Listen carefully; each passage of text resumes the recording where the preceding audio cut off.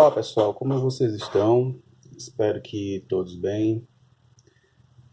Hoje eu gostaria de falar sobre dois assuntos mais ligados a um tema único, que tem a ver com esse momento em que muitos pais, mas muitos mesmo, estão sendo obrigados a contribuírem com seus filhos nesse momento de isolamento com relação à educação, com relação às aulas. Algumas crianças estão tendo, crianças e adolescentes, né, estão tendo aula à distância, aula remota, online, e muitos pais, mas muitos mesmo, estão tendo dificuldade de lidar com isso. Bom, eu acho que isso nos gera duas reflexões. E eu não falo com nenhuma satisfação, nenhuma alegria, nenhuma sensação de revanche ou vingancinha, mas eu diria que tem um lado positivo nisso, de os pais, eu não vou falar sentir na pele, porque eles nunca se colocaram como professores, eles nunca disseram que ser professor é fácil, mas eu acho que tem momentos na vida, né, que a gente não pede para acontecer, mas já que aconteceu, que sirva para muitos pais, muitas pessoas refletirem sobre o papel do professor em sala de aula e a importância da socialização dos jovens, né, da criança e do adolescente. A gente vem passando por um momento no Brasil em que, por questões políticas, questões ideológicas que são, sinceramente, totalmente descabidas, fizeram com que muitos pais, principalmente pais da rede particular, questionasse o papel do professor, querendo um pouco se meter naquilo que o professor dá em sala de aula.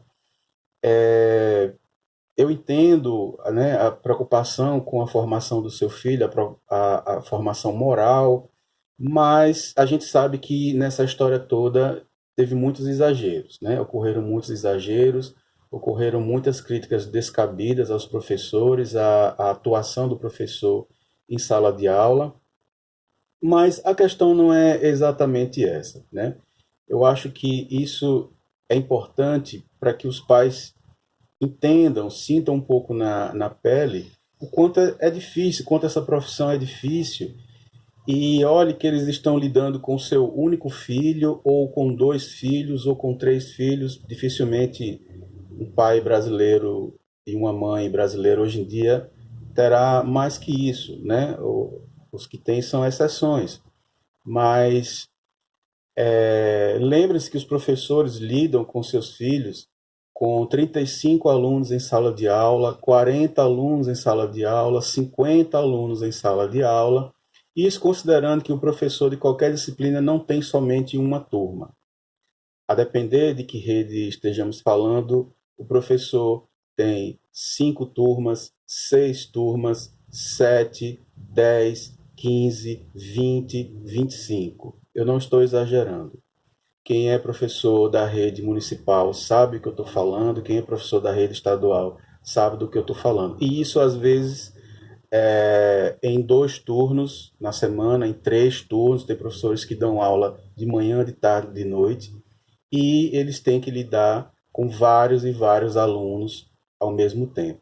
Então, eu peço que os pais lembrem-se, né, nesse momento, né, quando estiver ensinando a seu filho, o que a gente tem visto aí, até de maneira jocosa, até de forma engraçada, alguns pais perdendo a paciência em ter que ensinar os seus filhos, ou simplesmente em tentar acompanhar, obrigar os filhos a estudarem em casa, que eles entendam como isso é difícil, né? Como o nosso trabalho é difícil em sala de aula. E isso sem contar outras preocupações que o professor tem, outras obrigações que o professor tem, que claro todas as profissões têm, né?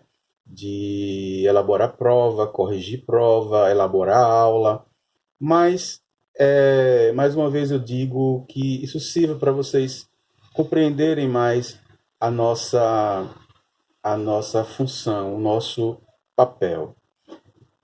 Ainda falando disso, é importante também que, vendo o quanto isso é difícil, o quanto isso é trabalhoso, seria muito interessante que os pais daqui para frente, né, principalmente os pais da rede particular, tivesse como critério o quanto um professor ganha. Eu sou professor da rede federal e de forma nenhuma estou me queixando do meu salário.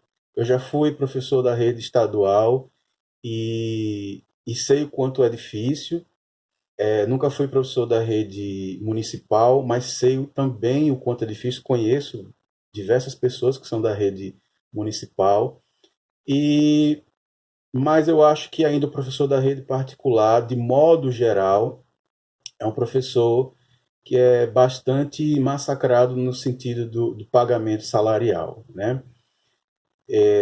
Então, assim, seria maravilhoso que, a partir de agora, os pais tivessem como critério, na hora de matricular seu filho, observar também o quanto realmente os professores ganham.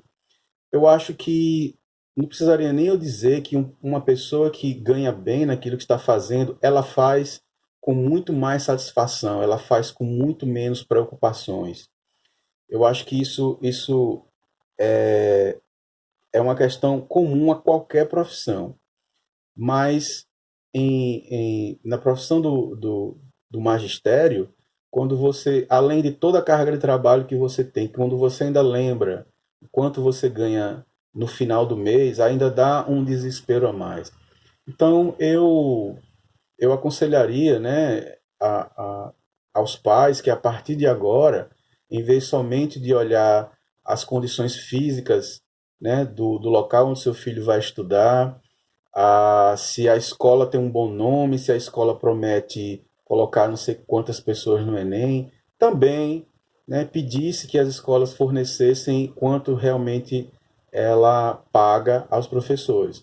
Não é nada contra nenhuma escola particular, a gente sabe também dos problemas que ela tem, que elas vão ter principalmente a partir de agora, as questões financeiras, mas eu acho que dá um pouco para pagar o professor de maneira mais justa. Então eu acho que essa pressão tem que vir dos pais, né?